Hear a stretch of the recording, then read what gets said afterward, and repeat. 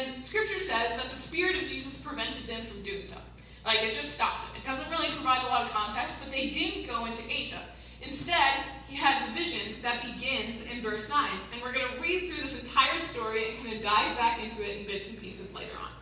In verse 9, it says, "A vision appeared to Paul in the night. A man of Macedonia was standing there, urging him, saying, 'Come over to Macedonia and help us.' And when Paul had seen the vision, immediately we sought to go on into Macedonia, concluding that God had called us to preach the gospel to them.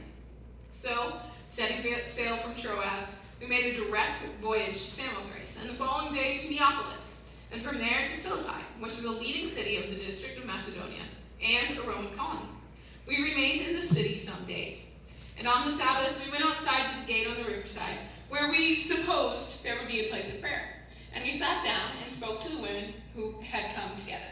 And here's where Lydia comes into the picture. It says, one who heard us was a woman named Lydia, from the city of Thyatira, a seller of purple goods, who was a worshiper of God. The Lord opened her heart to pay attention to what was said by Paul. And after she was baptized, and her household as well, she urged us, saying, 'If you have judged me to be faithful to the Lord, come to my house and stay.' And she prevailed upon us." At this point, Paul and his gang of missionaries stayed in her house and began to preach the